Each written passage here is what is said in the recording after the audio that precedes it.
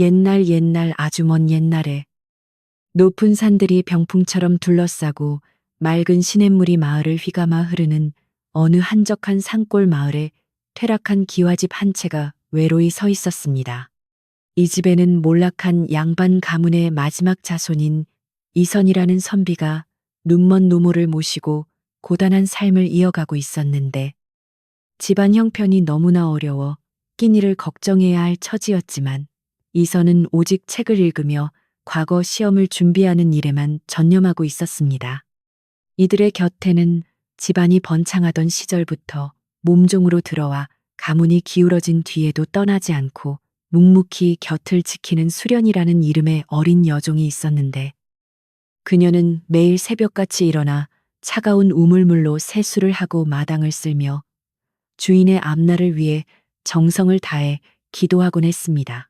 수련은 이른 아침부터 산에 올라 청감을 구하고 들판에서 나무를 캐어다가 시장에 내다 팔며 겨우겨우 식량을 마련하였는데 자신은 굶주림에 배를 돋으면서도 주인의 밥상에는 항상 따뜻한 쌀밥 한 그릇을 올리기 위해 최선을 다했습니다. 이선은 그런 수련의 마음을 알기에 마음이 아팠지만 자신이 할 수 있는 일은 오직 밤낮으로 글을 읽어 관직에 나아가 가문을 다시 일으키고 수련의 노고에 보답하는 길뿐이라고 생각하며 등잔불 아래에서 눈을 비벼가며 공부에 매진하였습니다. 방 안에서는 이선의 글 읽는 소리가 낭낭하게 들려오고 부엌에서는 수련이 불을 떼며 눈물을 훔치는 소리가 섞여 흐르던 그 시절의 밤은 유난히도 길고 깊었으며 가난의 그림자는 좀처럼 이 집을 떠날 기미를 보이지 않았습니다. 어느 추운 겨울날 수련은 패적삼 하나만 걸친 채 산으로 나무를 하러 갔다가 얼어붙은 땅에 발을 헛디뎌 넘어졌지만 아픈 것보다 주인님의 신발이 닳아버린 것이 더 걱정되어 자신의 고통은 돌보지도 않은 채 서둘러 나무를 한 짐지고 내려왔습니다. 마을 사람들은 저렇게 착하고 충직한 여종이 어디 있느냐며 칭찬을 아끼지 않았으나 정작 수련은 자신이 하는 일이 그저 당연한 본분이라고 생각하며 주인님이 과거를 보러 한양에 가실 때 필요한 노잣돈을 어떻게 마련해야 할지 밤잠을 설치며 고민하고 있었습니다. 그날 밤 이선의 노모는 수련의 손을 잡고 우리 아들이 너 같은 아이를 만난 것은 조상의 복이라며 눈물을 흘렸고 수련은 노부인의 거친 손을 어루만지며 반드시 도련님을 정승의 순날의 아들이 자리에 앉혀드리겠노라고 굳게 다짐하였습니다. 수련이 매일같이 고된 일을 마다하지 않고 집안을 돌보는 동안 마을의 다른 집 종들은 힘든 일을 피해 도망치거나 주인의 눈을 속이기 일쑤였지만 수련은 단 한 번도 게으름을 피우지 않았으며 오히려 더 부지런히 움직여 집안 구석구석을 깨끗이 닦아내었습니다. 집 마당에 심어진 낡은 감나무 아래에서 수련은 떨어진 감잎을 주워 글자를 연습하던 이선의 모습을 보며 흐뭇한 미소를 지었고 비록 자신은 글을 모르는 천한 신분일지라도 주인의 고귀한 학문이 언젠가 세상을 밝히는 등불이 될 것이라 믿어 의심치 않았습니다. 하지만 겨울이 깊어질수록 뒤간의 쌀독은 바닥을 드러내기 시작했고 이선이 한양으로 떠나야 할 날짜는 시시각각 다가오고 있었으나 수중에 가진 돈이라고는 단 한 푼도 남아있지 않아 수련의 마음은 타들어가는 숫덩이처럼 시커멓게 변해갔습니다. 이선은 책장이 닳도록 읽고 또 읽으며 지식을 쌓았으나 노잣돈이 없으면 과거 시험장에 발을 들여놓지도 못한다는 현실 앞에 무거운 한숨을 내뱉었으며 밤마다 창가에 비치는 그의 수척해진 그림자를 보며 수련은 차라리 자신의 살점이라도 베어 팔고 싶은 심정이었습니다. 그러던 중 마을에 전염병이 돌아 의원이 귀해지자 사람들의 피를 뽑아 약재로 쓴다는 흉측한 소문이 돌기 시작했는데 수련은 그 소문을 듣고 무서움에 몸서리쳤지만 한편으로는 그것이 주인을 도울 유일한 길일지도 모른다는 위험한 생각을 품게 되었습니다. 가난은 소리 없이 집안을 옥죄어 왔고 이선의 기침 소리는 날이 갈수록 깊어만 갔으며 수련은 텅 빈 부엌 바닥에 앉아 차가운 솥뚜껑을 어루만지며 주인의 꿈을 이루기 위해서라면 어떤 희생도 감수하겠다는 비장한 결심을 가슴 깊은 곳에 새겼습니다. 수련은 다음 날 아침 일찍 이웃 마을에 있는 노의원을 찾아가 자신의 사정을 이야기하고 싶었으나 혹여 주인님이 알게 될까봐 두려워 입술을 깨물며 망설였지만 결국 도련님의 앞날이 막히는 것보다는 자신의 몸 하나 상하는 것이 낫다는 결론에 도달하였습니다. 그녀는 주인 몰래 산 너머에 있는 의원을 찾아가 무릎을 꿇고 애원하며 제 피를 가져가시고 그 대가로 도련님이 한양에 갈 수 있는 돈을 달라고 눈물로 호소하였는데 노 의원은 처음에는 그런 법이 어디 있느냐며 화를 냈지만 수련의 지극한 정성과 사연에 감복하여 긴 한숨을 내쉬었습니다. 노 의원은 수련의 여인팔을 보며 마음 아파했으나 수련은 오히려 밝게 웃으며 주인님이 장원 급제만 하실 수 있다면 제 목숨도 아깝지 않다고 말하여 노 의원의 눈시울을 뜨겁게 만들었으며 결국 은밀한 거래가 성사되었습니다. 그날 이후 수련은 이틀에 한 번꼴로 밤마다 몰래 집을 빠져나가 의원에게 가서 자신의 피를 한 사발씩 뽑아주었고 그 대가로 받은 엽전을 차곡차곡 모아 방구석 깊숙한 곳에 숨겨두었는데 피를 뽑고 돌아오는 길에는 현기증이 나서 몇 번이나 쓰러질 뻔했습니다. 하지만 수련은 집대문 앞에 서면 언제 그랬냐는 듯 얼굴에 핏기를 억지로 돌게 하려고 뺨을 문지르며 안으로 들어갔고 주인이 잠든 방을 향해 조용히 절을 올리며 이제 조금만 더 모으면 한양으로 가는 길을 열어드릴 수 있겠다는 희망에 부풀어 올랐습니다. 수련의 안색이 나날이 창백해지고 몸이 솜털처럼 가벼워지는 것을 이선은 공부에 열중하느라 미처 알아차리지 못했지만 눈먼 노모는 수련의 손을 잡을 때마다 왜 이렇게 손이 차갑고 가늘어지느냐며 걱정스러운 목소리로 묻곤 하였습니다. 수련은 노부인에게 그저 겨울바람이 차서 그런 것이라 둘러대며 가슴 아픈 거짓말을 이어갔고 밤마다 피를 뽑힌 자리가 아려올 때면 남몰래 이불을 뒤집어 쓰고 신음소리를 참아내며 오직 이선의 밝은 미래만을 머릿속에 그렸습니다. 한 달이 지났을 무렵 수련의 손목에는 수많은 바늘 자국이 흉터처럼 남았고 그녀의 몸은 금방이라도 쓰러질 듯 위태로워 보였으나 그녀가 모은 돈은 어느새 이선이 한양까지 가서 지낼 수 있는 충분한 액수가 되어 가죽 주머니 속에 묵직하게 담기게 되었습니다. 수련은 그 주머니를 품에 안고 세상에서 가장 소중한 보물을 얻은 듯 기뻐하였으며 이제는 도련님이 한양으로 떠나기만 하면 된다는 생각에 그동안의 고통과 피로가 눈 녹듯 사라지는 기분을 느끼며 달빛 아래에서 조용히 미소 지었습니다. 마침내 떠나기로 약속한 날 수련은 정성스럽게 닦아둔 엽전 주머니를 이선에게 내밀며 이것은 제가 오랫동안 조금씩 모아둔 돈이니 부디 거절하지 마시고 한양에 가셔서 꼭 뜻을 이루시라고 간곡하게 말하였는데 이선은 깜짝 놀라 이 많은 돈을 어디서 구했느냐고 물었습니다. 수련은 미리 준비한 대로 산에서 귀한 약초를 발견하여 팔았다고 천연덕스럽게 거짓말을 했고 이선은 수련의 충심에 감동하여 그녀의 손을 꼭 잡으며 내가 장차 출세하게 되면 너의 이 은혜를 평생 잊지 않고 갚겠노라고 눈물을 흘리며 맹세하였습니다.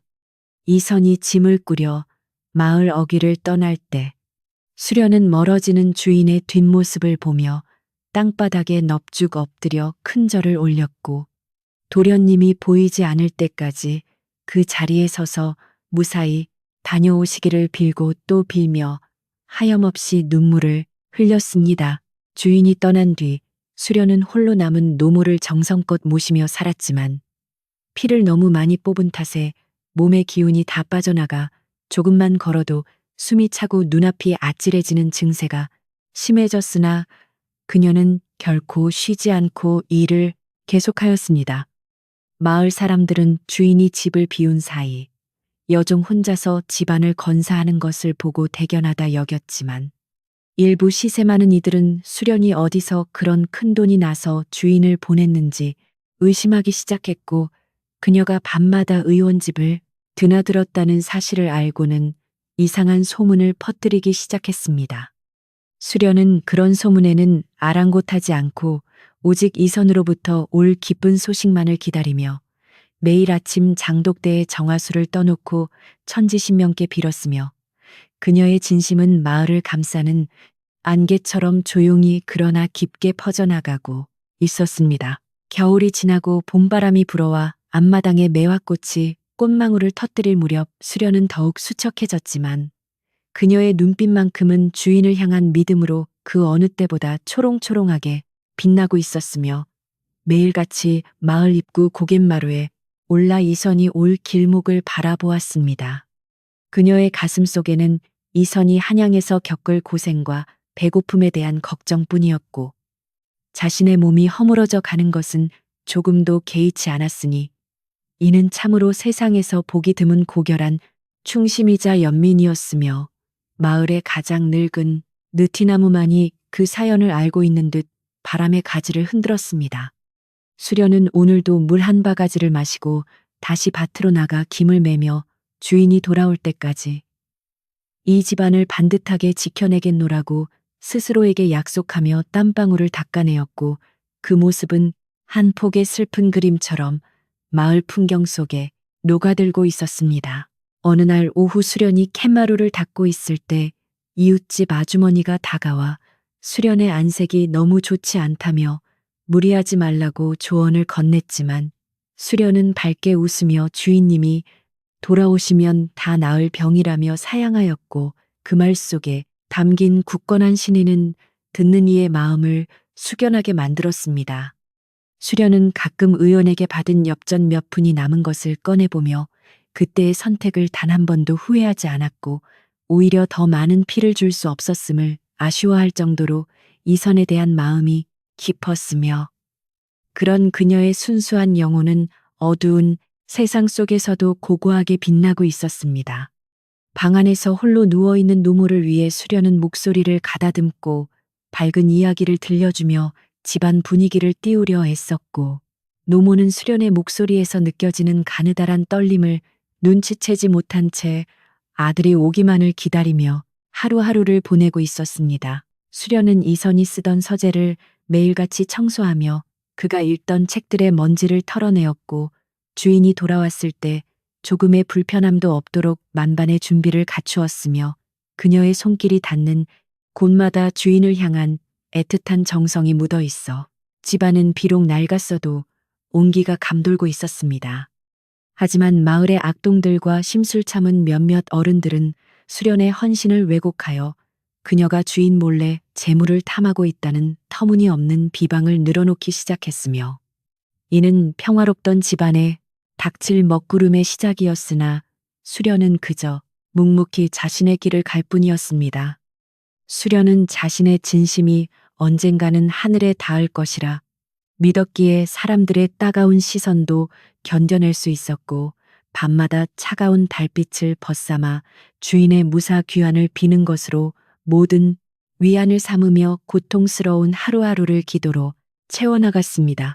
그녀의 몸은 비록 비루한 종의 신분이었으나 그 속에 깃든 마음은 그 어떤 고귀한 신분보다도 아름다웠으며, 수련이 흘린 피 한 방울 한 방울은 단순한 액체가 아니라 주인에 대한 무한한 신뢰와 사랑의 결정체였기에 그것은 훗날 큰 기적으로 돌아올 씨앗이 되고 있었습니다. 수련은 나무를 하러 갔다가 예쁜 산꽃을 발견하면 그것을 가져와 방 앞에 놓아두며 주인님이 계셨다면 참 좋아하셨을 텐데 하고 혼잣말을 하곤 했고, 그런 소소한 즐거움조차 주인을 향해 있었으니 그녀의 삶 전체가 이미 이선이라는 존재와 하나가 되어 움직이고 있었습니다.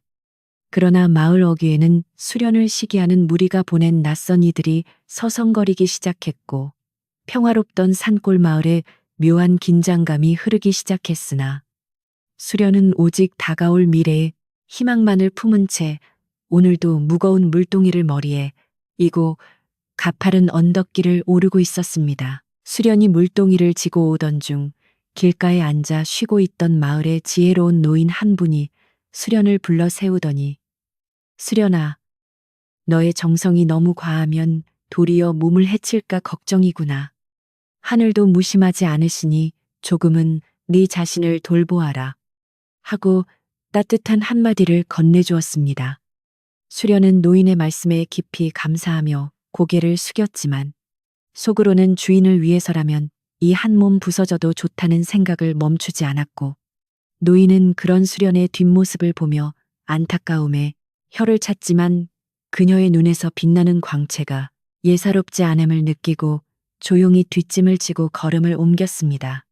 마을의 저녁 노을이 붉게 물들 때면 수련은 항상 굴뚝에서 연기가 피어오르게 하여 집이 비어있지 않음을 알렸고 이는 마치 멀리 떠난 이선에게 보내는 무언의 신호처럼 매일같이 정해진 시간에 하늘을 향해 곧게 뻗어 올라가 마을의 이정표가 되었습니다.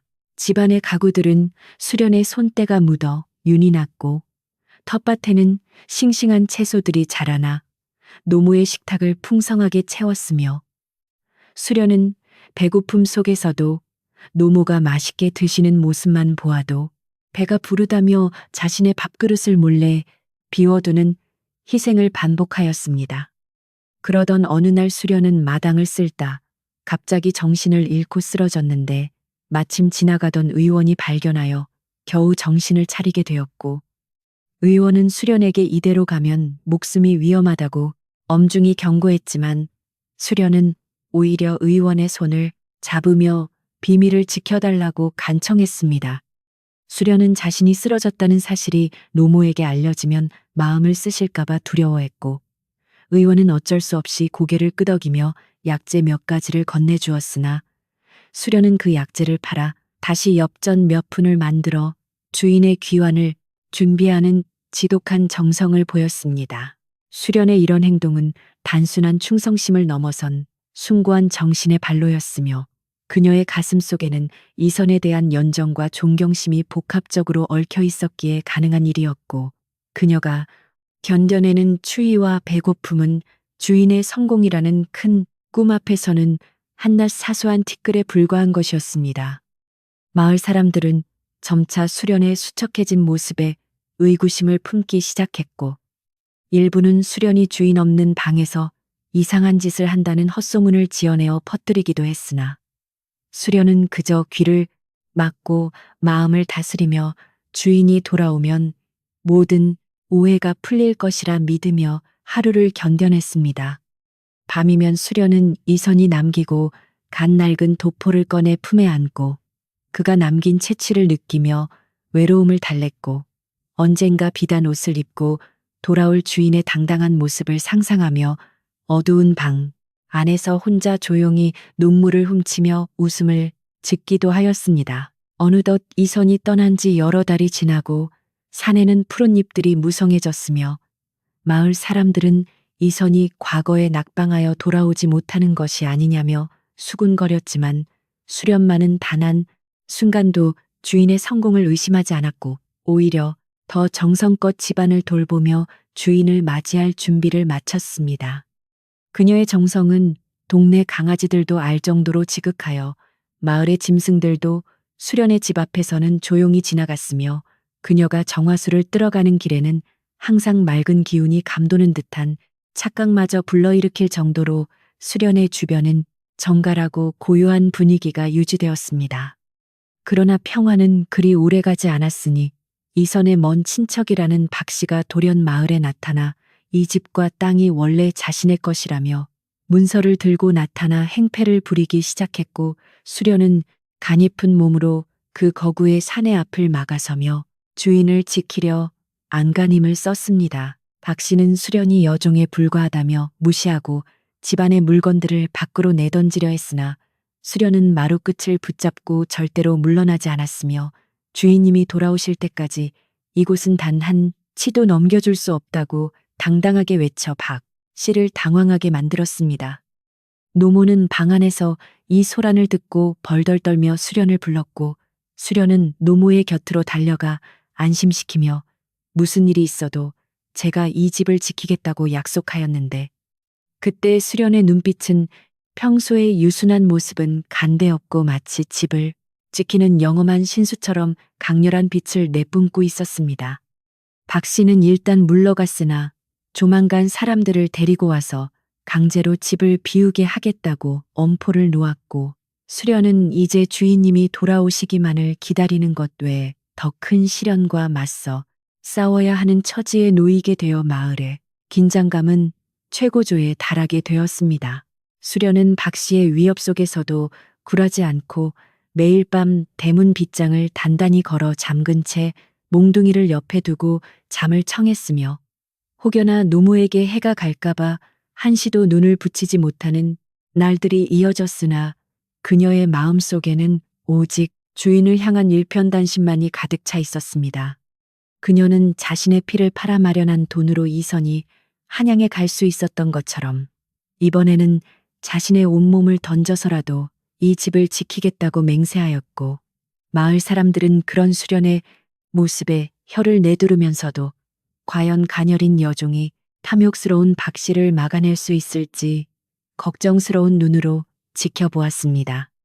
수련은 부엌에서 칼을 갈며 스스로를 다잡았고 하늘을 향해 제발 도련님이 빨리 돌아오셔서 이 모든 고난을 끝내주시기를 간절히 빌고 또 빌었으며 그녀의 기도 소리는 밤바람을 타고 산천초목을 울리는 듯 애절하고도 힘차게 울려 퍼지고 있었습니다. 이제 수련의 운명은 거대한 소용돌이 속으로 빠져들기 시작했으나 그녀는 흔들리지 않는 바위처럼 자리를 지켰고 그녀의 헌신은 조용히 마을의 역사가 되어 사람들의 입에서 입으로 전해지기 시작했으며 과연 이선이 어떤 모습으로 돌아올지 마을 전체가 숨을 죽이고 기다리는 형국이 되었습니다.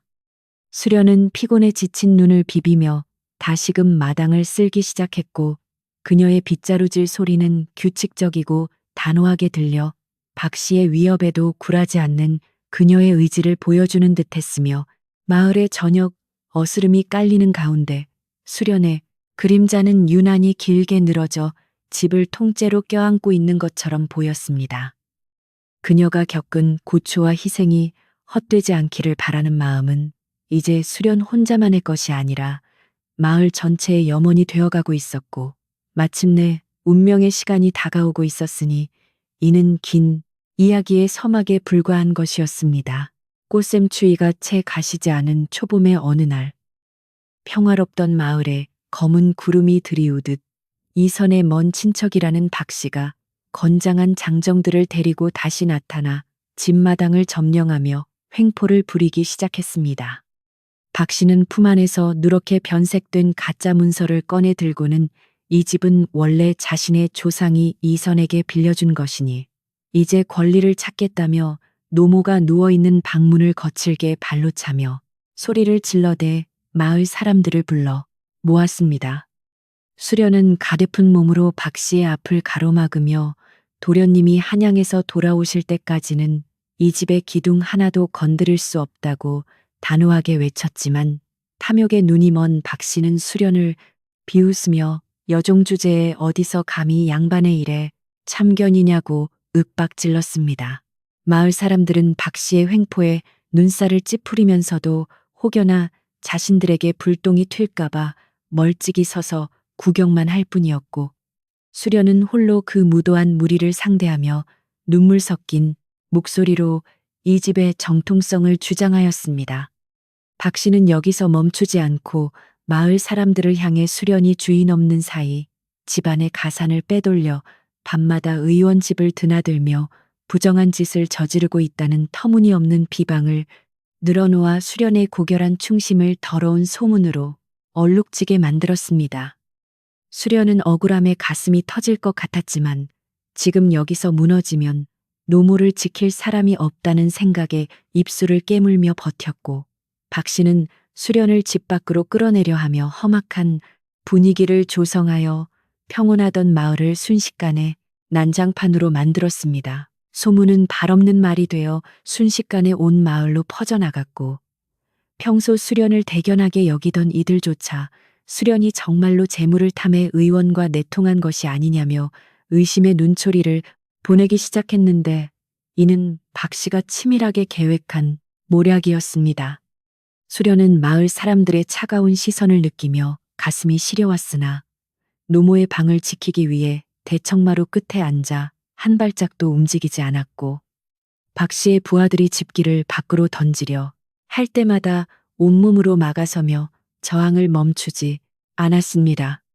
이때 마을의 가장 어른이자 예전부터 이선의 가문을 지켜봐온 김영감이 지팡이를 짚고 천천히 걸어 나와 사람들을 해치고 마당 한가운데 서서 엄한 목소리로 박 씨를 꾸짖으며 소란을 잠재우려 애쓰기 시작했습니다. 김영감은 박 씨를 향해 이 집안은 대대로 청렴하기로 이름난 집안인데 어찌 주인이 자리를 비운 사이 이렇게 몰상식한 행동을 하느냐며 호통을 쳤고 박 씨는 잠시 주춤거렸으나 곧 자신의 문서가 진짜라고 우기며 막무가내로 나왔습니다. 김 영감은 수련을 따로 불러 조용히 묻기를 네가 밤마다 의원 집에 다닌다는 소문이 사실이냐고 물었으며 수련은 차마 자신의 피를 팔았다는 사실을 말하지 못한 채 그저 도련님을 위한 일이었다고만 답하여 사람들의 의구심을 더욱 키우고 말았습니다. 김영감은 수련의 눈빛에서 거짓이 없음을 읽었으나 마을 사람들의 여론이 좋지 않게 돌아가는 것을 보고는 수련에게 당분간 근신하며 주인이 올 때까지 자중하라고 충고하며 상황을 일단락시키려 하였습니다. 하지만 박 씨는 물러나지 않고 마을 입구에 아예 자리를 잡고 앉아 수련이 집을 비울 때마다 뒤를 밟으며 그녀를 압박했고 수련은 식량을 구하러 시장에 나갈 때마다 사람들의 수군거림과 조롱 섞인 시선을 견뎌내야 하는 비참한 처지에 놓였습니다.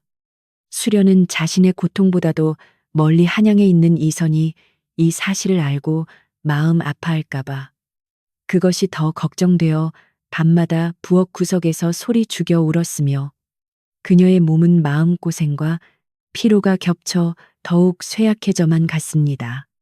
그녀는 예전보다 더 자주 빈혈 증세를 느끼며 쓰러질 뻔했지만 노모의 끼니를 걸을 수 없다는 일념 하나로 정신을 붙들었으며 박 씨의 방해로 땔감조차 구하기 힘들어지자 자신의 방에 있던 낡은 가구들을 부수어 불을 떼며 노모의 방을 따뜻하게 유지했습니다. 마을의 안악들은 빨래터에 모여 수련이 정말로 주인의 돈을 훔쳤을지도 모른다며 입을 모았고 평소 수련을 시기하던 옆집 종은 수련이 밤마다 몰래 의원집에서 금전 주머니를 받아오는 것을 보았다는 거짓 증언까지 보태어 상황을 더욱 악화시켰습니다. 수련은 이런 험악한 환경 속에서도 매일 아침 장독대에 정화수를 올리는 일을 거르지 않았고 하늘을 향해 도련님이 무사히 급제하여 돌아오셔서 이 모든 진실을 밝혀주시기를 빌었지만 현실의 벽은 너무나 높고 단단해 보이기만 하였습니다. 박 씨는 수련을 내쫓기 위해 마을 청년들을 사주하여 밤마다 집 담벼락에 돌을 던지게 하거나 괴상한 소리를 내게 하여 노모를 공포에 떨게 만들었으며 수련은 밤새 잠들지 못하고 노모의 곁을 지키며 눈물로 밤을 지새웠습니다. 어느 날 수련은 도저히 견디다 못해 예전에 피를 팔았던 노의원을 찾아가 도움을 요청하려 했으나 박 씨의 부하들이 길을 막아서는 바람에 마을 밖으로 나가지도 못하는 신세가 되었고 집안의 양식은 바닥이 나서 이제는 풀뿌리를 캐어 연명해야 할 지경에 이르렀습니다. 수련은 굶주림에 허덕이면서도 마지막 남은 쌀 한 줌으로 노모의 미음을 쑤어 올렸고 자신은 우물물로 배를 채우며 버텼지만 그녀의 얼굴은 이제 뼈만 남은 채 핏기가 완전히 사라져 보는 이로 하여금 안타까움을 자아낼 정도였습니다. 박 씨는 수련이 곧 항복하고 나갈 것이라 생각하여 기세등등하게 마을 사람들에게 술을 대접하며 이 집을 차지하면 큰 잔치를 벌이겠다고 호언장담하여 마을 분위기를 어수선하게 만들었습니다. 이때 마을의 지혜로운 할머니 한 분이 수련을 몰래 찾아와 감자 몇 알을 건네며 수련아 내가 무슨 사연이 있는지 모르겠으나 사람의 입이 무서운 법이니 무엇이든 명확히 밝히는 게 좋겠다고 조언했지만 수련은 그저 감사하다고만 할 뿐 입을 굳게 다물었습니다. 수련은 자신이 피를 팔았다는 사실이 알려지면 이선의 명성에 흠이 갈까봐 두려워했으니 이는 진정으로 자신을 돌보지 않는 지극한 희생이었으며 그녀의 굳은 의지는 박 씨의 거친 압박 앞에서도 단 한 번도 꺾이지 않고 오히려 더욱 단단해졌습니다. 마을 아이들은 박 씨가 시키는 대로 수련을 향해 피를 파는 마녀라며 놀려댔고 수련은 아이들의 철없는 외침에도 묵묵히 마당을 쓸었으나 가슴속에서는 천불이 일어나는 듯한 고통을 느끼며 주인의 성함만을 마음속으로 되뇌었습니다. 박 씨는 마침내 참다 못해 마을 관아에 수련을 절도죄로 고발하겠다며 으름장을 놓았고 수련은 이제 관가로 끌려가 매를 맞게 될지도 모르는 위급한 상황에 직면하게 되었으나 그녀의 눈에는 오직 노모의 안위와 주인의 자리만이 가득 차 있었습니다. 수련은 노모의 손을 잡고 어머니 무슨 일이 있어도 제가 곁을 지킬 테니 걱정하지 마세요. 라고 안심시켜 드렸지만 그녀의 손은 사시나무 떨듯 떨리고 있었으며 노모는 앞이 보이지 않는 눈으로 수련의 얼굴을 어루만지며 아이고 내 새끼 네가 고생이 많구나 하며 함께 통곡하였습니다. 이 비극적인 광경을 지켜보던 담장 밖의 몇몇 사람들은 박 씨가 너무 지나치다며 혀를 찼지만 대세는 이미 박 씨가 휘두르는 돈과 권력 앞에 기울어진 것처럼 보여 마을의 공기는 무겁게 가라앉아 있었습니다. 수련은 밤이 깊어지자 문득 이선이 한양으로 떠날 때 주었던 낡은 붓 한 자루를 꺼내보며 도련님 부디 장원 급제하시어 속히 돌아와 주십시오 하고 소리 없이 외쳤고 그녀의 간절한 기도는 어두운 밤하늘을 가로질러 멀리 한양 땅까지 닿으려는 듯 애처롭게 울려 퍼졌습니다. 그녀는 내일이면 박 씨가 관원들을 데리고 올 것이라는 소문을 들었기에 마지막이 될지도 모르는 집안 청소를 정성스럽게 마치고 노모의 잠자리를 살핀 뒤 자신은 마당 한가운데 꿇어앉아 차가운 이슬을 맞으며 밤을 꼬박 새웠습니다. 수련의 머리 위로 하얗게 서리가 내려앉았고 그녀의 숨결은 가느다랗게 이어졌으나 주인을 향한 일편단심만큼은 새벽별처럼 형형하게 빛나고 있었으니 이는 마을 역사상 유례없는 충절의 모습으로 기록될 만한 숭고한 장면이었습니다. 새벽닭이 울고 해가 떠오르자 예상대로 박 씨는 마을 관아의 포졸 몇 명과 함께 기세등등하게 수련의 집 대문을 부수고 들어와 수련을 결박하려 했고 마을 사람들은 구름처럼 몰려들어 이 광경을 지켜보며 숨을 죽였습니다. 수련은 포졸들에게 끌려가면서도 이 집은 우리 주인님의 집입니다라고 외치며 저항했으나 박 씨의 비웃음 소리에 묻혀버렸고 노모는 방 안에서 수련의 이름을 부르며 울부짖었으나 아무도 그 눈먼 노인을 도와주려 나서지 못하는 비정한 현실이 펼쳐졌습니다. 수련이 마을길을 끌려갈 때 사람들은 침을 뱉기도 하고 욕설을 내뱉기도 했지만 수련은 당당하게 고개를 들고 주인의 명예를 더럽히지 않기 위해 입술을 꽉 깨물었으며 그녀의 발자국마다 서린하는 마을의 흙먼지 속에 깊게 새겨졌습니다. 이때 마을 입구에서 예전에 수련의 피를 받았던 노 의원이 소식을 듣고 급히 달려와 포졸들을 막아서며 이 아이는 죄가 없으니 당장 풀어주라고 소리쳤으나 박 씨는 의원이 노망이 났다며 밀쳐버리고 수련을 관아로 압송하라고 독촉하였습니다. 의원은 수련의 손목에 감긴 밧줄을 보며 눈물을 흘렸고 수련은 의원에게 제발 사실을 말하지 말아 달라고 눈짓으로 애원했지만 의원은 더 이상 참을 수 없다는 듯 하늘을 우러러 한숨을 내쉬며 진실을 밝힐 기회만을 엿보며 수련의 뒤를 따랐습니다. 관아로 향하는 길목마다 수련의 헌신을 아는 몇몇 이들은 몰래 눈물을 훔치며 수련의 무사를 빌었고 박 씨는 승리감에 도취하여 자신의 시대가 왔음을 만천하에 알리며 우쭐거리는 모습이 참으로 가증스럽기 짝이 없었습니다. 수련은 관아 마당에 꿀려앉아 사또의 신문을 받게 되었고 박 씨는 온갖 거짓 증거를 들이대며 수련이 집안 재산을 횡령했다고 주장하였으며 사또는 수련의 초라한 행색과 수척한 얼굴을 보고는 의구심을 품으면서도 박 씨의 문서가 완벽해 보이자 수련에게 유죄를 선고하려 하였습니다. 수련은 사또 앞에서 저는 주인님의 명예를 위해 목숨을 걸었을 뿐 단 한 푼의 재물도 탐하지 않았습니다. 라고 담담히 진술했으나 증거가 없다는 이유로 무시당했고 사또가 형틀을 준비하라고 명령하자 마을 사람들은 공포에 질려 눈을 감아버렸습니다. 위기의 순간 수련은 눈을 감고 도련님의 얼굴을 떠올리며 죽음을 각오하였고 박 씨는 회심의 미소를 지으며 수련이 매를 맞고 쫓겨나면 즉시 집을 허물어버릴 계획을 머릿속으로 그리며 잔인한 본성을 드러냈습니다. 하지만 바로 그 순간 관아 정문 밖에서 우렁찬 나팔 소리와 함께 어사출두를 알리는 외침이 들려오기 시작했고 마을 사람들은 깜짝 놀라 뒤를 돌아보았으며 사또는 당황하여 자리에서 일어나 어쩔 줄 몰라 하는 진풍경이 벌어지게 되었습니다. 수련은 희미해져가는 정신 속에서 익숙한 목소리를 들은 듯하여 고개를 들었으나 너무나 쇠약해진 탓에 앞이 잘 보이지 않았고 박 씨는 갑작스러운 상황 변화에 안절부절 못하며 포졸들 뒤로 숨으려 애쓰는 비겁한 모습을 보였습니다.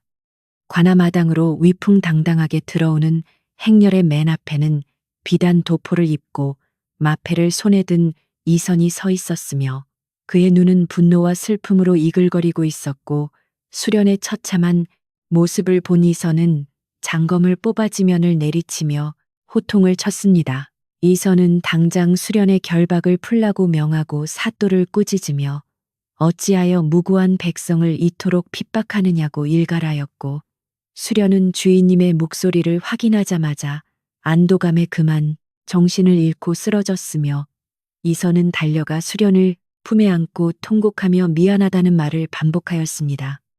마을 사람들은 이선의 장원급제 소식에 환호하면서도 자신들이 수련을 오해하고 비난했던 사실에 부끄러워 고개를 들지 못했고 박 씨는 몰래 도망치려 했으나 이선의 부하들에게 붙잡혀 무릎이 꺾인 채 이선의 앞으로 끌려오게 되었습니다.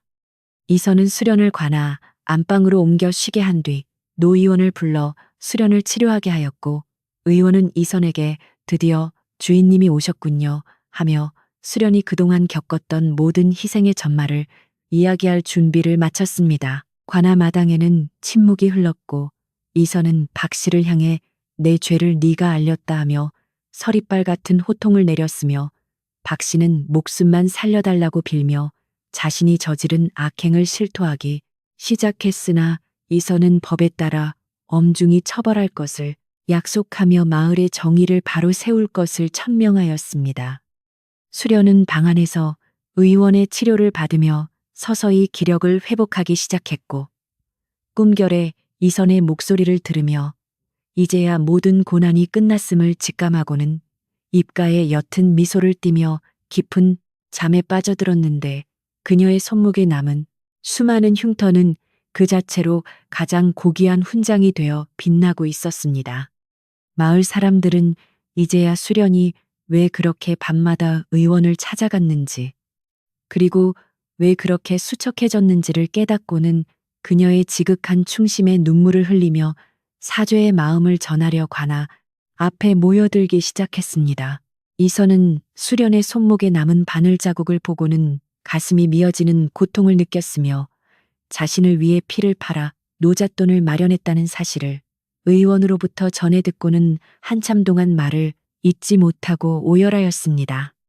그는 수련의 희생이 없었다면 자신이 결코 장원 급제할 수 없었음을 깨닫고는 수련을 단순히 종으로 대할 것이 아니라 자신의 목숨보다 귀한 동반자로 대우하겠다고 결심하였으며 이는 신분사회인 당시로서는 파격적인 결단이었습니다. 이선은 사또를 시켜 박 씨의 가짜 문서를 불태우고 그의 재산을 몰수하여 가난한 마을 사람들에게 나누어 주게 하였으며 마을 사람들은 이선의 공명정대한 처결에 박수를 보내며 그동안 수련을 박해했던 자신들의 과오를 깊이 뉘우쳤습니다. 수련이 정신을 차렸을 때 그녀의 앞에는 관복을 입은 이선이 앉아 있었고 이선은 수련의 손을 꼭 잡으며 네가 아니었다면 나는 지금 이 자리에 없었을 것이다. 이제는 내가 너를 지켜주겠노라며 따뜻한 약속을 건넸으며 수련은 그저 주인님이 무사히 돌아오셔서 다행이라며 눈물을 닦았습니다. 노모 역시 관아로 모셔져 수련과 재회하였고 세 사람은 서로를 부둥켜 안고 고난 뒤에 찾아온 기쁨을 만끽하였으며 마을 전체는 이들의 귀환과 성공을 축하하는 축제 분위기로 변하여 어두웠던 그림자를 걷어내고 밝은 햇살을 맞이하게 되었습니다.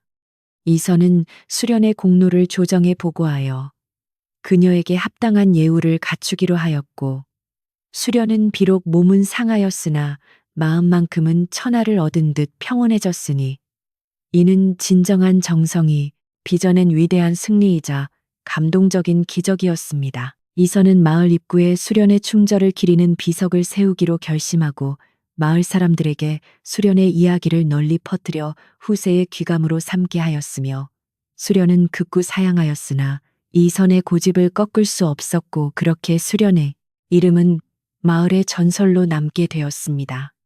이제 수련은 더 이상 매 맞고 쫓겨날 걱정 없이 주인 집의 안주인으로서 당당히 자리 잡게 되었고 그녀가 흘린 피는 헛되지 않아 온 가문의 영광으로 돌아왔으니 마을의 시냇물도 그녀의 사연을 싣고 더욱 맑게 흐르는 듯 보였습니다. 수련은 다시 집으로 돌아와 예전처럼 정성껏 집안을 돌보았지만 이제는 종의 신분이 아닌 이선의 배필로서 그 역할을 다하게 되었으며 그녀의 앞날에는 오직 꽃길만이 펼쳐져 있을 것이라는 확신을 마을 사람 모두가 공유하게 되었습니다. 이야기는 여기서 끝이 아니라 이제 시작에 불과했으니 이선은 수련을 위해 한양에서 가져온 최고의 약재들을 내어주어 그녀의 건강을 회복시키는 데 전념하였고 수련은 주인님의 사랑 속에서 하루가 다르게 생기를 되찾아 다시금 아름다운 본래의 모습을 회복해 나갔습니다. 마을은 다시 평화를 되찾았고 박씨무리는 유배를 떠나 다시는 마을에 발을 들이지 못하게 되었으며 이선의 집에서는 매일같이 즐거운 웃음소리가 끊이지 않아 지나가는 나그네들도 그 소리에 발걸음을 멈추고 미소를 짓게 되었습니다. 수련은 가끔 자신의 손목 흉터를 보며 그때의 고통을 떠올리지만 그것이 주인을 살리고 가문을 일으킨 증표임을 생각할 때마다 가슴 벅찬 자부심을 느꼈고 그녀의 눈빛은 더욱 깊고 온화해져 주변 사람들에게 평온을 나누어주는 존재가 되었습니다. 이선이 장원급제하여 어사가 되어 돌아온 소식은 온 마을을 넘어 인근 고을까지 자자하게 퍼져나갔으며 수련의 눈물겨운 희생과 피를 팔아 마련한 노잣돈 이야기는 듣는 이마다 눈시울을 붉게 만들었습니다. 그러나 사람들의 마음이란 참으로 묘하여 수련의 숭고한 행위가 알려질수록 시기 어린 시선을 보내는 이들도 생겨났고 이선의 문중 어른들은 천한 여종 출신을 집안의 안주인으로 맞이하려는 이선의 결정에 완강히 반대하고 나섰습니다. 문중의 최고 어른인 문장 어르신은 위엄 있는 모습으로 집안에 찾아와 이선에게 호통을 치며 양반 가문의 채통을 지키기 위해서는 수련에게 충분한 재물을 주어 내보내고 지체 높은 집안의 여식과 혼례를 올려야 한다고 압박을 가했습니다. 수련은 문중 어른들의 대화가 담장을 넘어 들려올 때마다 자신의 존재가 이선의 앞길에 걸림돌이 되는 것은 아닌지 깊은 고뇌에 빠졌고 방 안에서 남몰래 짐을 꾸리며 떠날 준비를 하기도 하였습니다. 하지만 이선은 단호한 태도로 문중 어른들 앞에 나아가 수련은 단순한 종이 아니라 자신의 생명을 구하고 가문을 다시 일으킨 가장 큰 은인이라며 그녀가 없었다면 지금의 자신도 없었을 것이라고 눈물로 호소하며 결코 뜻을 굽히지 않았습니다. 수련은 주인의 굳건한 믿음에 감동하면서도 마을 사람들이 자신을 보며 수근거리는 소리에 가슴이 아려왔으며 혹여나 자신의 과거가 이선의 명예에 흠이 될까봐 매일 밤 잠 못 이루며 마당에 나와 달빛 아래에서 자신의 그림자를 보며 한숨을 내쉬곤 했습니다. 그러던 중 마을에는 기이한 징조들이 나타나기 시작했는데 수련이 정화수를 떠놓고 기도하던 우물물이 갑자기 황금빛으로 변했다는 소문이 돌았고 밤마다 수련의 방 주변에서 상서로운 기운이 감도는 것을 목격했다는 이들이 늘어났습니다. 이는 수련의 지극한 정성이 하늘을 감복시킨 증거였으나 이를 시기한 박 씨의 남은 잔당들은 수련이 요술을 부려 집안을 홀리고 있다며 마을 사람들을 선동하여 다시금 흉흉한 분위기를 조성하기 시작했습니다. 수련은 자신을 향한 비난이 거세질수록 더욱 몸을 낮추고 묵묵히 노모를 봉양하며 집안일을 돌보았지만 마음속 깊은 곳에서는 언젠가 이 모든 오해가 풀리고 당당히 이선의 곁에 설 수 있는 날이 오기를 간절히 바라고 있었습니다. 마을의 지혜로운 노의원은 이선의 집을 방문하여 수련의 건강 상태를 살피다가 수련의 손등에 남은 흉터가 예사롭지 않음을 발견하고는 이선에게 이 흉터는 단순한 상처가 아니라 하늘이 내린 절개의 증표이니 결코 이를 부끄러워하지 말고 세상에 드러내어 진실을 밝히십시오라고 조언하였습니다. 이선은 노의원의 말을 듣고 깊은 깨달음을 얻어 수련의 희생을 기록한 글을 지어 마을 어귀에 게시하였으며 수련이 어떻게 자신의 피를 뽑아 약재로 팔아 노잣돈을 마련했는지 그 과정을 상세히 적어 한 점 의혹도 남기지 않으려 노력하였습니다. 이를 읽은 마을 사람들은 수련을 향한 비난을 멈추고 대신 그녀의 고귀한 성품에 찬사를 보내기 시작했으나 문중의 반대는 여전히 완강하여 집안 내의 갈등은 식지 않고 계속되었습니다. 수련은 어느 날 밤 꿈속에서 한 백발 노인을 만났는데 노인은 수련에게 네가 흘린 피는 헛되지 않아 장차 이 나라의 큰 보배가 될 것이니 어떤 시련이 와도 흔들리지 말라는 말을 남기고 사라졌으며 수련은 잠에서 깨어난 뒤 묘한 평온함을 느끼게 되었습니다. 그녀는 다음 날 아침 일찍 일어나 평소보다 더 정성스럽게 집안을 단장하고 이선의 관복을 정성껏 손질하며 다가올 운명을 맞이할 준비를 하였고 그녀의 얼굴에는 이전의 수척함 대신 은은하고 고결한 광채가 돌기 시작하여 보는 이들을 놀라게 하였습니다.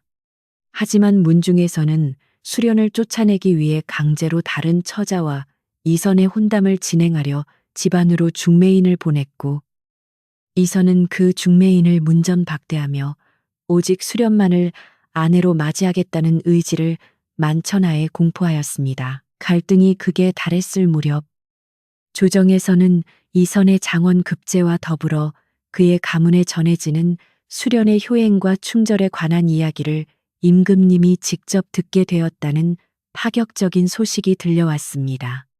임금님은 이선의 글을 읽고 감동하여 천한 신분일지라도 그 마음이 이토록 고결하니 이는 나라의 귀감이다라고 칭찬하시며 조사관을 마을로 파견하여 사실을 확인하게 하였습니다.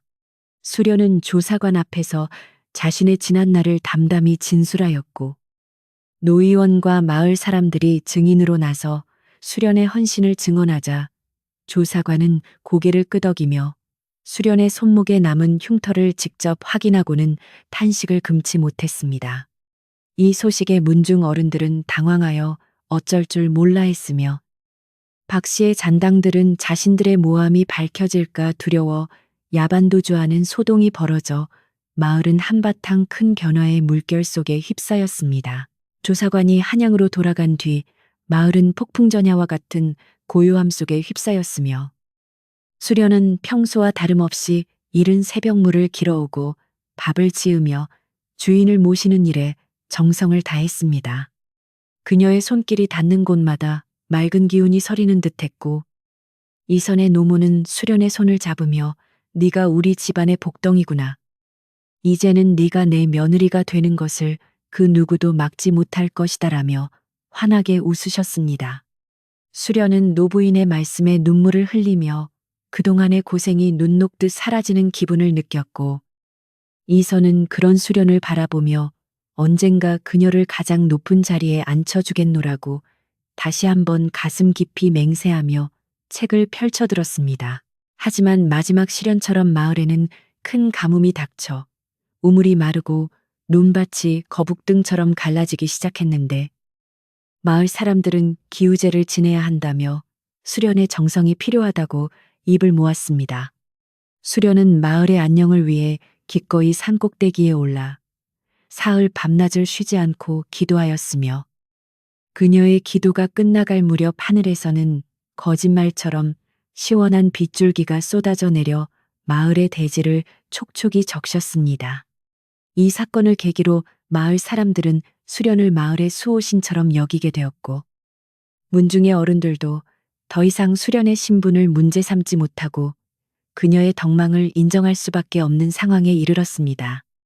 수련의 헌신은 이제 개인의 희생을 넘어 마을 전체의 축복이 되었으며 그녀의 이야기는 비바람을 뚫고 한양 도성까지 퍼져나가 위대한 결말을 향해 달려가고 있었습니다. 수련은 비에 젖은 몸을 이끌고 집으로 돌아와 이선에게 미소 지었으며 이선은 자신의 겉옷을 벗어 수련을 감싸 안고는 고생했다.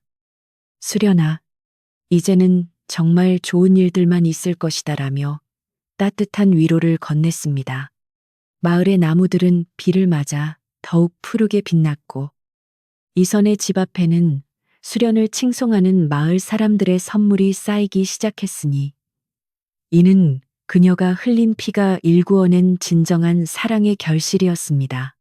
수련은 자신에게 쏟아지는 찬사에도 겸손함을 잃지 않고 평소처럼 부엌길을 돕고 마당을 쓸었으며 그런 그녀의 한결같은 모습은 마을 사람들에게 진정한 고귀함이 무엇인지를 몸소 보여주는 살아있는 교훈이 되었습니다. 이제 수련 앞에는 왕실의 전교를 기다리는 일만 남았으며 마을은 다시 평온을 되찾고 이선의 집안은 그 어느 때보다 화목하고 활기찬 기운으로 가득 차게 되었습니다. 수련은 밤마다 은은하게 피어오르는 향기로운 꽃내음을 맡으며 이제는 악몽이 아닌 길몽을 꾸게 되었고 이선과 함께 보낼 미래를 그리며 어두웠던 지난날의 기억들을 하나둘씩 아름다운 추억으로 갈무리하기 시작했습니다. 이야기는 이제 가장 화려하고 장엄한 순간을 맞이할 준비를 마쳤으며 수련이라는 이름은 차가운 얼음 속에서 피어난 매화꽃처럼 온 세상에 그 향기를 전할 준비를 하고 있었습니다. 어느 맑게 갠 아침, 마을 어귀에서부터 우렁찬 나팔 소리와 함께 임금님이 보내신 전령들이 화려한 깃발을 앞세우고 이선의 집 마당으로 들어섰으며 온 마을 사람들은 무슨 큰일이라도 난 듯 가던 길을 멈추고 구름처럼 몰려들었습니다. 전령의 손에는 황금빛 비단으로 감싸인 어명이 들려 있었고 마을 관아의 사또조차 버선발로 달려와 마당에 엎드려 머리를 조아리는 가운데 이선과 수련 역시 단정한 의관을 갖추고 마당 한가운데 꿇어앉아 임금님의 명을 기다렸습니다. 전령이 우렁찬 목소리로 낭독한 어명에는 수련의 지극한 효심과 충절이 하늘을 감동시켰으니 그녀에게 정일품 정경부인의 품계를 내리고 가문의 영광을 만천하에 알린다는 놀라운 내용이 담겨 있어 마당에 모인 모든 이의 입을 벌어지게 만들었습니다. 수련은 자신이 꿈을 꾸고 있는 것은 아닌지 의심하며 고개를 숙인 채 눈물을 흘렸고 이선은 떨리는 손으로 어명을 받들어 올리며 임금님의 크나큰 은혜에 감사를 표하였는데 이는 조선 역사상 여종의 신분에서 정경부인에 옳은 유례없는 경사였습니다. 그동안 수련을 시기하고 비방하던 박씨의 잔당들과 문중의 일부 어른들은 발등에 불이 떨어진 듯 당황하여 어쩔 줄 몰라 하며 슬그머니 뒷걸음질을 쳤으나 이미 마을 사람들의 눈은 수련을 향한 존경과 환희로 가득 차 있어 그들의 설 자리는 어디에도 남아있지 않았습니다. 사또는 즉시 관아의 포졸들을 시켜 마을 잔치를 준비하게 하였고 임금님이 하사하신 보물 수레들이 마을 고갯마루를 넘어오기 시작하자 마을은 그야말로 축제의 도가니로 변하여 어두웠던 지난날의 그림자를 깨끗이 씻어내었습니다.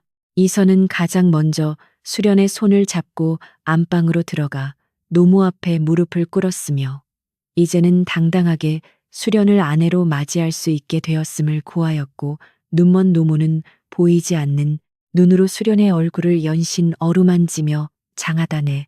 딸아, 네가 아니었다면 우리 집안은 진작에 무너졌을 것인데 임금님께서도 네 진심을 알아주셨구나라며 통곡 섞인 웃음을 터뜨렸습니다.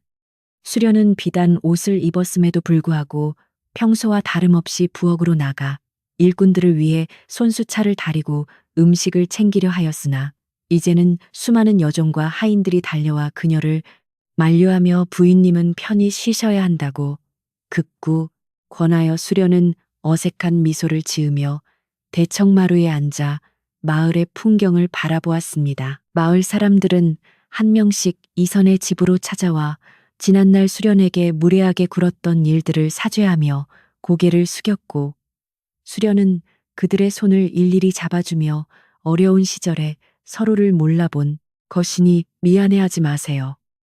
이제 우리 마을은 모두가 한 가족입니다라고 따뜻하게 화답하여 그들의 마음속에 남아있던 부끄러움마저 따뜻하게 녹여주었습니다.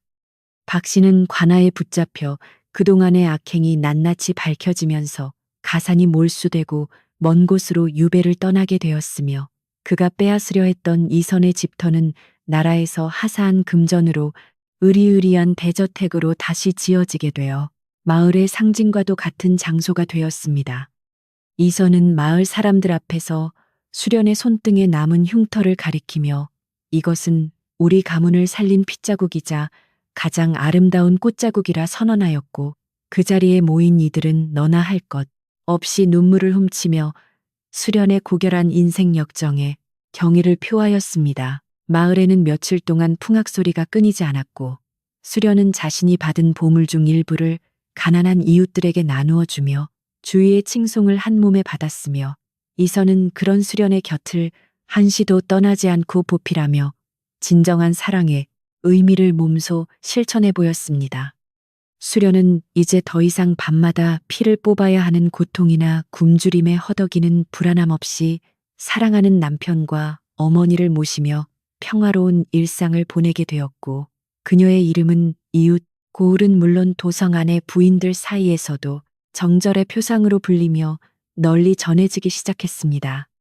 하지만 수련은 지위가 높아질수록 더욱 겸손해졌으며 매일 아침 일찍 일어나 마당을 쓸던 옛 습관을 버리지 않고 집안 구석구석을 살피며 아랫사람들을 자식처럼 아꼈기에 이선의 집안은 날이 갈수록 번창하고 화목한 기운이 넘쳐 흐르게 되었습니다. 어느 저녁 수련은 예전에 피를 팔았던 그 노의원을 정중히 초대하여 진귀한 음식과 보물을 대접하며 감사의 뜻을 전하였고, 노의원은 수련의 건강해진 모습을 보며 허허 웃으며 부인께서 보여주신 그날의 용기가 없었다면 오늘날의 영광도 없었을 것입니다. 라고 말하며 수련의 앞날에 축복을 빌어주었습니다.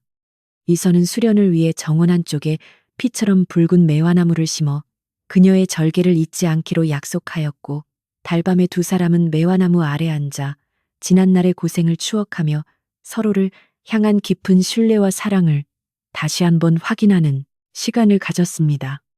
수련은 이제 더 이상 여종 수련이 아니라 이 나라에서 가장 고귀한 신분인 정경부인으로서 자신의 역할을 다하며 마을의 크고 작은 문제들을 지혜롭게 해결해 나가는 마을의 어머니 같은 존재로 우뚝 서게 되었습니다.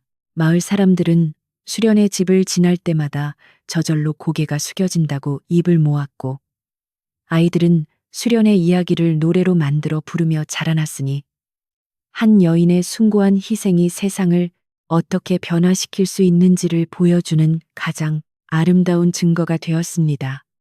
수련은 가끔 홀로 거울을 보며 자신의 여인 팔에 남은 자국들을 어루만졌으나 이제는 그것이 아픔이 아니라 자신을 지탱해온 힘이었음을 깨닫고 밝게 웃을 수 있었으며, 그녀의 미소는 온 집안을 환하게 밝히는 등불처럼 영롱하게 빛났습니다. 이선은 조정의 중요한 업무를 수행하면서도 항상 수련의 조언을 귀담아 들었고, 그녀의 어진 성품은 나라의 정사에도 긍정적인 영향을 미치게 되어 임금님조차 이선의 집안을 모든 신료의 귀감으로 삼으라는 교지를 내릴 정도였습니다. 평화는 이제 이 마을의 일상이 되었고 수련은 매일 밤 노모의 잠자리를 살피며 부모님께 못다한 효도를 다하였으며 그녀의 지극한 정성 덕분인지 노모의 건강도 몰라보게 좋아져 온 집안에 활기가 가득 찼으니 이는 진실로 하늘이 내린 복이 아닐 수 없었습니다. 수련은 자신의 삶이 한편의 긴 이야기처럼 느껴질 때가 있었지만 그 중심에는 항상 이선이라는 등불이 있었고 그 등불을 지키기 위해 바친 자신의 피가 결국 커다란 강물이 되어 가문을 적시고 있음을 느끼며 깊은 감사에 기도를 올렸습니다. 이야기는 이제 막바지를 향해 달려가며 수련과 이선의 앞날에 펼쳐질 영광과 행복을 예고하고 있었고 마을의 저녁놀은 그 어느 때보다 붉고 아름답게 타오르며 이들의 승리를 축하해 주는 듯 마을 전체를 포근하게 감싸 안았습니다. 세월이 흐르고 흘러 마을의 산천은 여러 번 옷을 갈아입었지만 이선과 수련의 집안에 흐르는 따뜻한 기운과 평화로운 웃음소리는 단 한순간도 그치지 않았으며 마을 입구에는 임금님이 하사하신 보물술에 백대가 들어오던 날의 영광을 기리는 기념비가 세워져 나그네들의 발길을 붙잡았습니다.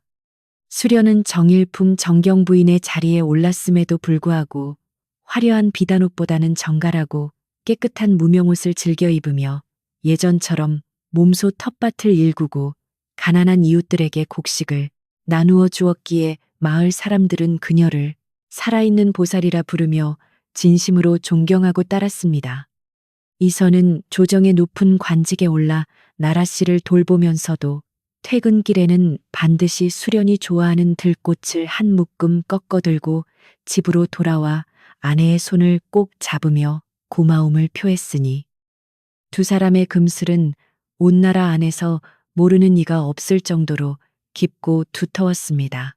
나라에서 보내온 백수레의 보물 중에는 진귀한 비단과 금은 보화뿐만 아니라 영롱하게 빛나는 옥구슬과 천년된 산삼 같은 약재들도 가득했는데 수련은 이를 개인의 재산으로 여기지 않고 마을에 서당을 짓고 병든 노인들을 돌보는 약방을 세우는데 아낌없이 내놓았습니다. 그녀의 손등에 남았던 피를 뽑은 바늘 자국들은 세월이 약이 되어 희미해졌지만 그 자국이 있던 자리에는 이제 부드러운 살결과 함께 기품 있는 안주인의 기운이 서려 있었고 수련은 가끔씩 거울 속에 자신을 보며 지난날 가난했던 시절에 눈물을 추억하며 현재의 행복이 얼마나 소중한 것인지를 매일 아침 다짐하곤 했습니다.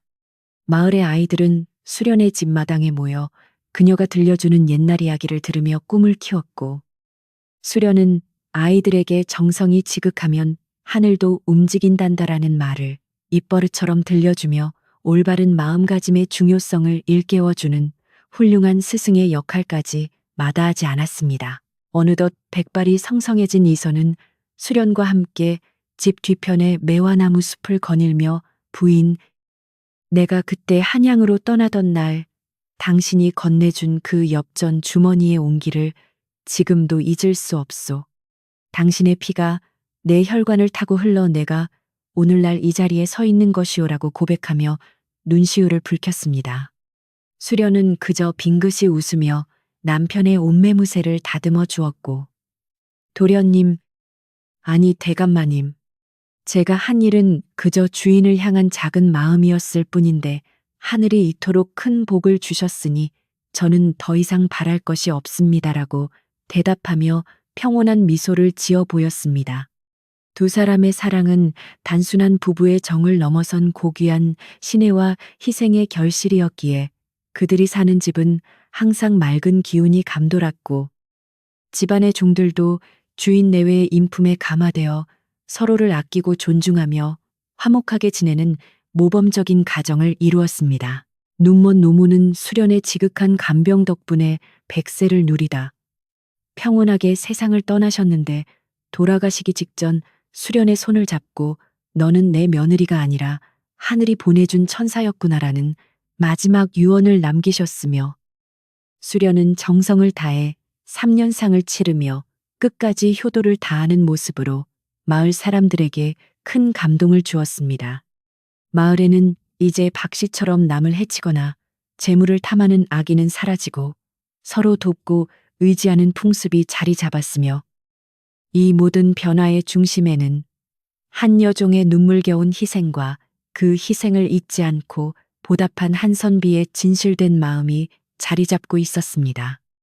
해 저문 저녁이면 이선의 집 굴뚝에서는 구수한 밥 짓는 냄새가 피어오르고 방 안에서는 이선과 수련이 나란히 앉아 차를 마시며 담소를 나누는 그림자가 창문에 비치곤 했는데 그 모습은 마치 신선들의 세상처럼 고요하고 아름답기 그지없었습니다. 이야기의 끝은 이렇게 따뜻하고 넉넉한 풍경으로 채워졌으며 수련이 받은 백수레의 보물은 물질적인 재화를 넘어 사람들의 마음속에 심어진 사랑과 희망이라는 값진 보석이 되어 영원히 빛나게 되었으니 이는 참으로 아름다운 민담의 결말이라 할 수 있습니다.